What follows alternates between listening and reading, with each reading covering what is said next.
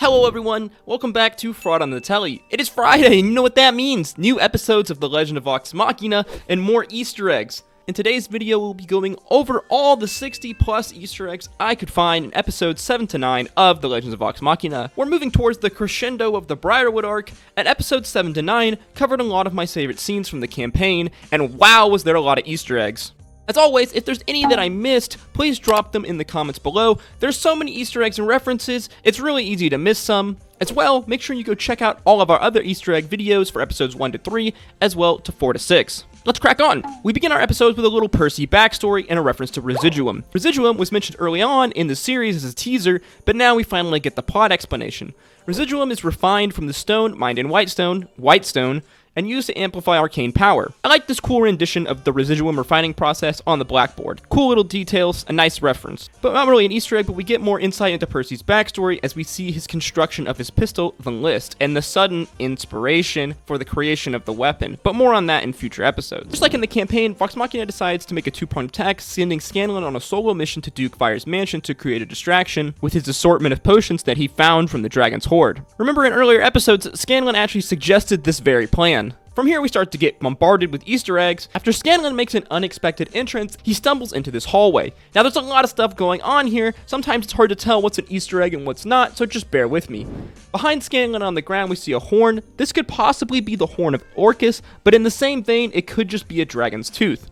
The Horn of Orcus was a horn taken from the demon Orcus, a powerful item the group encountered early in Campaign 1. As well, mounted next to Scanlan is this bow. I've seen some fans online already saying this could be a reference to Vex's vestige of divergence, Fenris, a powerful bow. This seems to me like a bit of a stretch, especially because this bow just looks so plain. On the ground underneath it appears to be a carpet. This is most likely a reference to Vox Machina's flying carpet, which they stole from Alora. Next to it, a leaf mounted to a frame. When I saw this, one thing only really came to my mind, this famous scene from Campaign 2 when Laura's character Jester decided to cast Disguise Self on herself to make her look like a leaf. But maybe this is something completely else. Oh yeah, this thing on the wall looks like a smiley face? I swear they just put this to mess with all of the Easter egg hunters. I do feel like hunting for these Easter eggs is slowly making me lose my mind, as I can't tell what's just a normal item sometimes and what is like a direct reference. Scanlan runs into a room where a few guards are playing Dungeons & Dragons. Of course, the one DMing is voiced by Matt Mercer.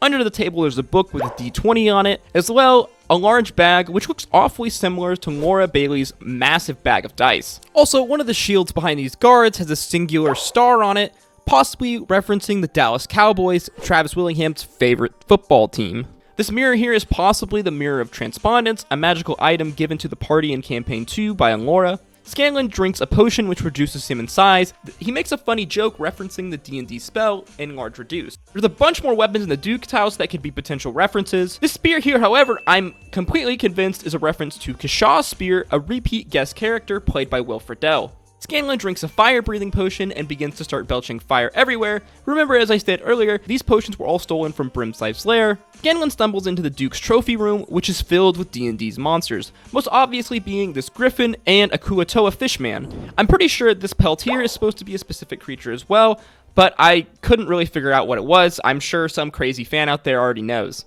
Scanlan goes digging through the bag of holding, tossing out the hand cut off in episode 1, as well as a bird, which is a possible reference to Marisha's former pet bird, Dagon. Scanlan transformed into a Triceratops, which was hinted at earlier on in Gilmore's shop. He has a line saying he really should remember the spell, a reference to how spellcasters in D&D can transcribe magic spells so they can learn them permanently. We get another reference to doors being the ultimate bad guy in the Critical Role universe as Scanlan fails to go through the door. Also, the door looks a lot like the Critical Role logo, but this one might be a bit of a stretch. Over to the other group, Vax checks to see if a door is trapped, which pisses Grog off, a reference to Vax constantly checking for traps whenever the group would travel. When it looks like things are finally finito for Scanlan, he thrusts his hips, casting Lightning Bolt from his crotch. Scanlan in the campaign would always cast Lightning Bolt from his crotch, as well as several other spells. Percy and Vox Machina break into Anders' house, but it was a trap as they had soldiers waiting. Like 90 to 95% of these episodes, a lot of these scenes are taken straight out of the D&D campaign, which is really cool to see.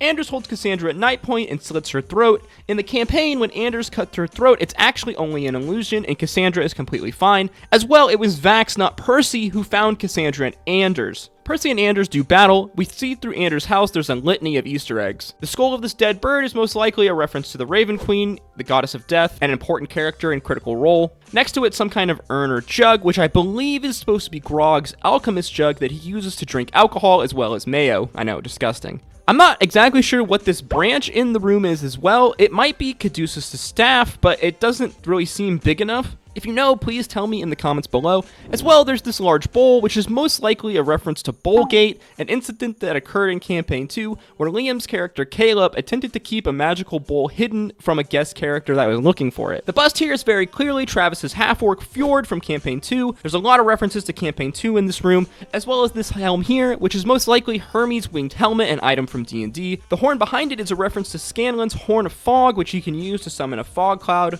which he does in these episodes in the campaign. As well, there's a few hatchets on the wall, which could be a reference to Laura's character Jester from Campaign 2, as she carried throwing axes. As well, this book in this display is most likely Caleb's spellbook, Liam's wizard character from Campaign 2. There's several other items in this room that could possibly be Easter eggs, so please, if you figure them out, let me know in the comments down below. Grog gets mind controlled, a reoccurring theme throughout Campaign 1. Percy stuffs his gun into Anders' mouth, pulling the trigger, killing him, the exact way he killed his former teacher in Campaign 1. Super brutal.